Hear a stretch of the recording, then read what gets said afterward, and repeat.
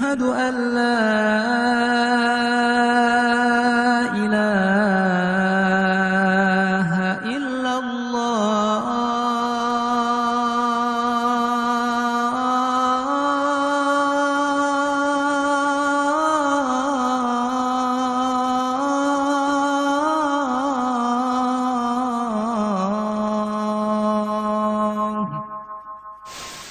Reading and studying, and I know you read a lot. And you were teaching some stuff about Sahaba. Khabib Nurmagomedov yang telah mempertahankan sabuk juara divisi ringan sebanyak 4 kali dan menduduki peringkat pertama di level pound for pound dengan rekor 29 kemenangan tanpa terkalahkan sampai masa pensiunnya di tahun 2020 merupakan rekor karir yang sangat berharga dan sangat-sangat langka ditemukan dari petarung-petarung lainnya, baik itu di dalam oktagon maupun ring tinju. Khabib Nurmagomedov yang kini telah memiliki promosi seni bela diri campuran gaya bebas Eagle FC telah membagikan cerita menawan di mana di antara poin-poin pembicaraannya itu ternyata masih menyimpan beberapa hal yang kemungkinan masih belum diketahui banyak orang. Bintang Dagestan yang terlahir dari keluarga religius itu memang masih menjadi fenomena, khususnya di dunia tarung bebas atas segala prestasi yang telah diraihnya.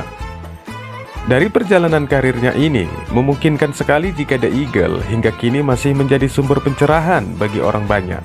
Dilihat dari sepak terjangnya hingga kini akhirnya menjadi bintang yang mendunia. Perilaku muslim yang baik dari mantan juara divisi ringan UFC ini pun selalu diperlihatkannya di depan publik tanpa meninggalkan norma syariat yang mengikat. Dari perbincangannya ini, kita akan mengenal legenda UFC dari Rusia ini lebih dekat lagi untuk mengetahui hal-hal apa saja yang masih belum terekspos di media.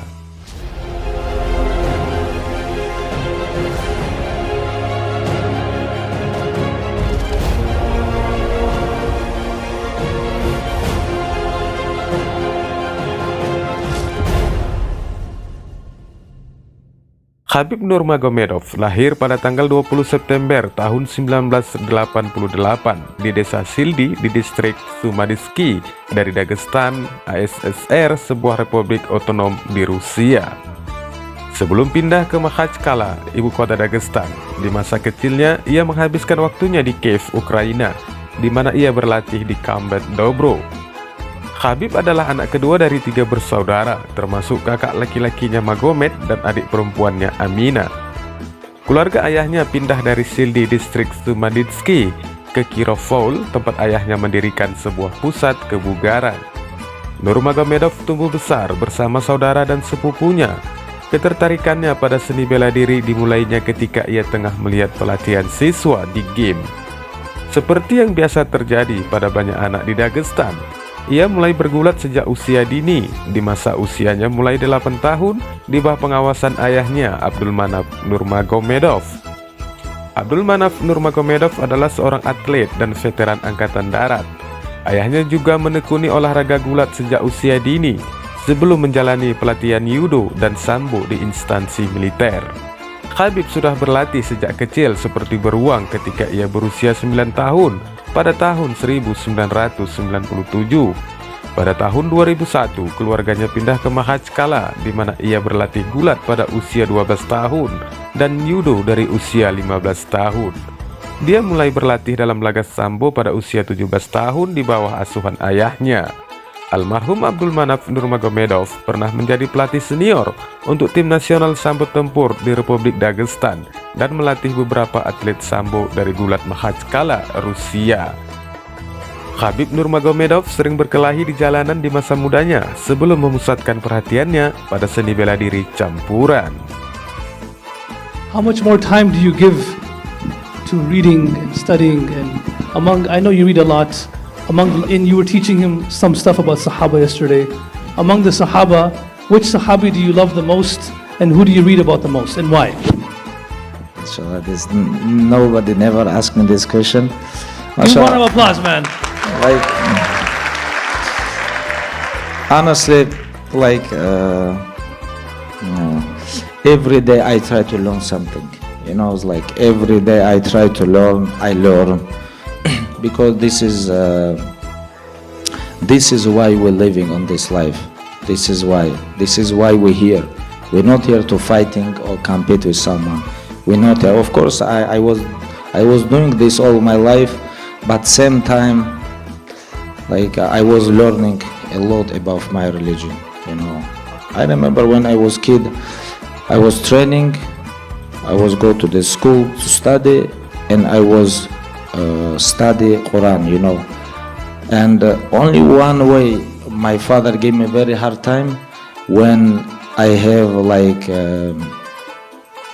bad days with my teacher in Quran, you know, and I'm like, hey, you just coach, you know, but why you never give me hard time when I train bad or when I miss training? But I was like maybe 9-8 years old, I remember that, and I asked father, but when I go to the Quran, if I have bad days, he gave me very hard time, you know. And I asked him, I remember, because and that time my father told me, we living on this life not to become good athletes, not to become like good teachers or something. We living this life to be good Muslim. And if you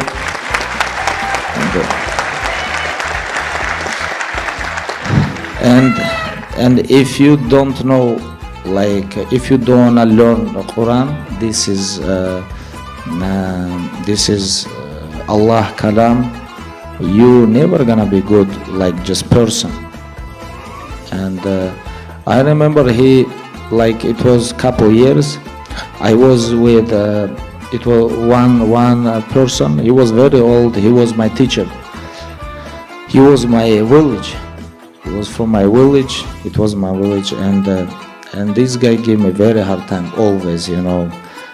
And I didn't know him and my grandfather have bad relationship. And all the time I come to class, this guy say 2 times, what like this? He say 2 times. I have to go home. He don't give me next surah. And I know when I come home, father gonna check, hey, what surah he give you? You know, it's like.